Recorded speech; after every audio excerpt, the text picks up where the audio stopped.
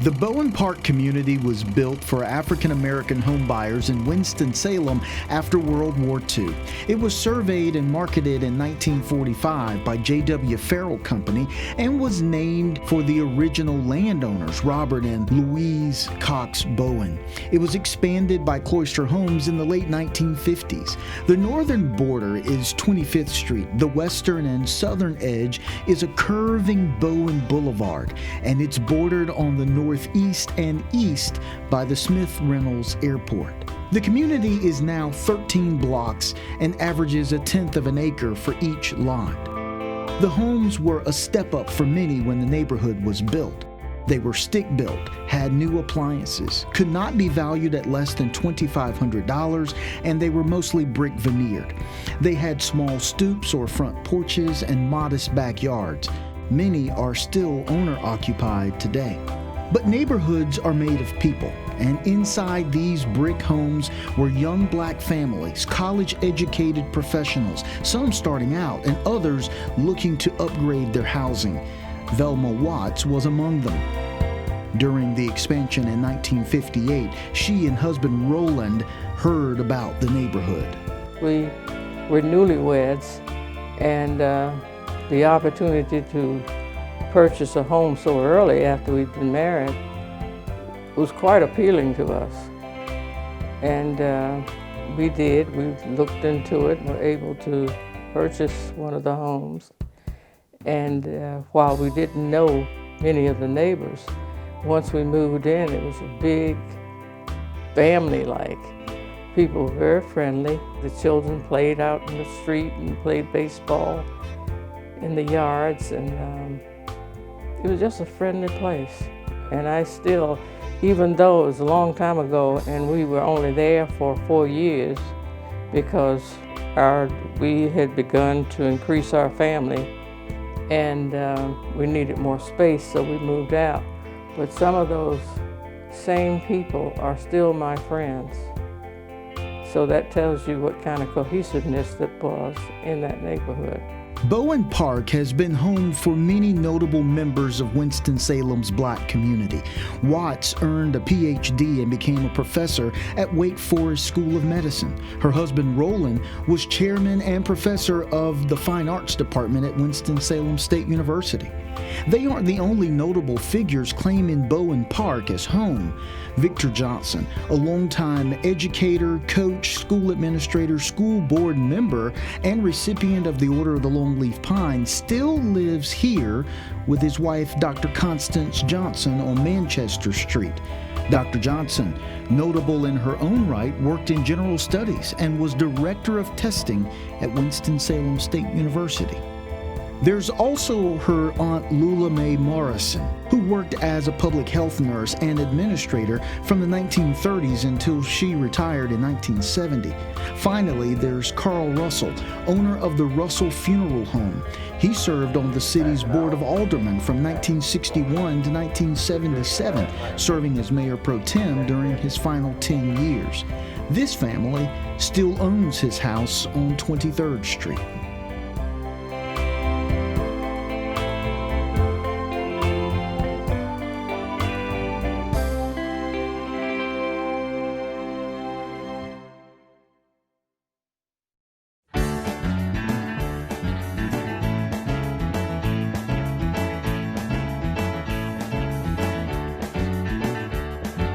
Parking this 1973 Chevy truck in the driveway of this home on 24th near Machine Street is like turning back the hands of time.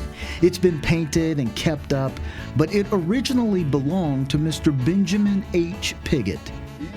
His son Ben Piggott still drives it today. The family moved here in 1958, the first owners of the house. We showed Ben where his mother and father signed to buy the home. Oh, wow, that's my daddy. And remember I told you the Richmonds? It's right there. Wow, that's my mama. That's heavy. Robert Perry, wow. Oh man, that's awesome. This Bowen Park home takes him back to a time he appreciates today. I call this the place of dreams, success stories, and motivation, and either go to work or go to college.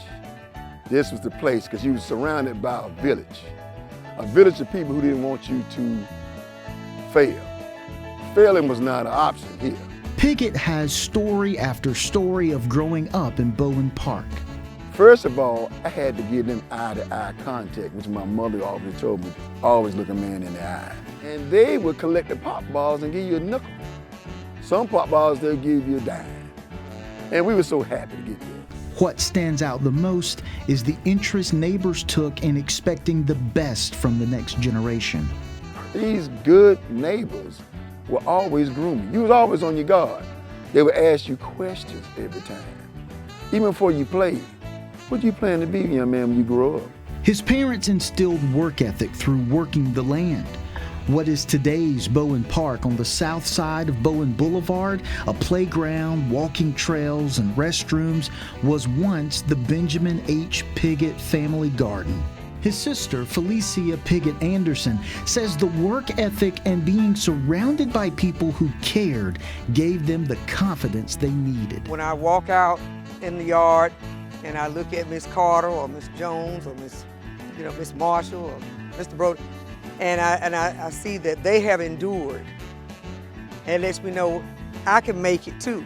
Or Mr. Gillum, I know he was a postman, and he would always encourage us to, well, you try out for the postal test. Go ahead, go to college and try out for that and do this. They always had suggestions about things that you could do. So it was like they never felt like you couldn't achieve. You're not limited. That's what this neighborhood taught us. We are not limited.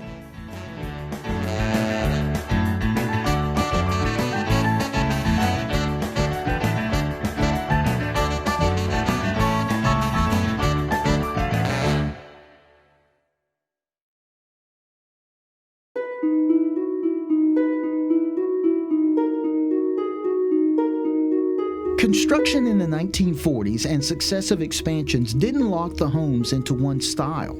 This one on the corner of 24th and Manchester tells the story well. This is where we find Dr. Constance H. Johnson and her husband Victor Johnson. Constance's mother, her aunt Lula Mae Morrison, and their brother Albert bought these 3 lots at an auction in 1947. We just kept the property from 47 until we decided in 1962 to build a home, because prior to that time, we lived on Ivy Avenue. It's a large 2-story home designed and built by family. My aunt, Nurse Morrison, happened to have been looking in the paper at drawings of homes, and she saw this particular drawing. And it wasn't exactly the way this ended up being, but she liked it.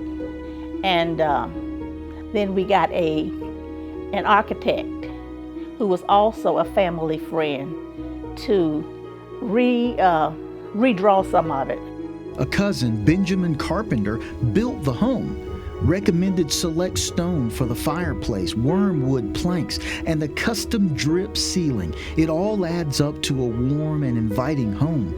But what warms her heart today is the story of the people. Mrs. Elizabeth Wright was very community-minded, and we had a club called the Bowen Park Cooperative Community Club. And we met in the various homes, and from time to time, we'd have teas. Ms. Wright also had concern for family and neighbors. And they would, when anybody got ill, she would always say, Sister Sawyer has been ill for such and such a time, so we need to give her a sick benefit. And we'd give monetary donations to neighbors that had been ill for a certain period of time. And she has stories of her children. The children played, and my daughter was saying to me, I was talking to my daughter one day, and we were going down Bowen Boulevard, and I saw some children down there playing in the creek. And I said to her, I said, I wonder where their parents, and they're down here playing in this creek. She said, the same place that you were when I was down here playing.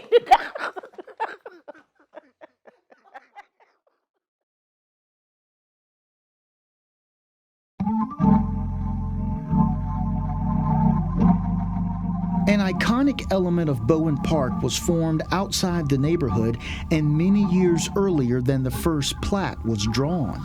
At the corner of 25th and Bowen Boulevard sits John Wesley AME Zion Church.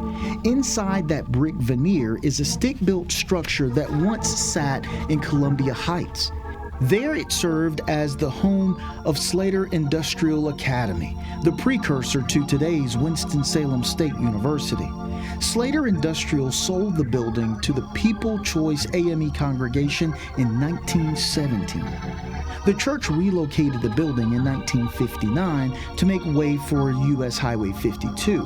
The congregation became John Wesley AME Zion Church on October 24, 1967. This was the first non-residential building in the community. Having a historical marker is about keeping history alive for others to enjoy. If you don't keep up with it, you lose it. And for those reasons, I think it's very significant. And I was very proud that we did it.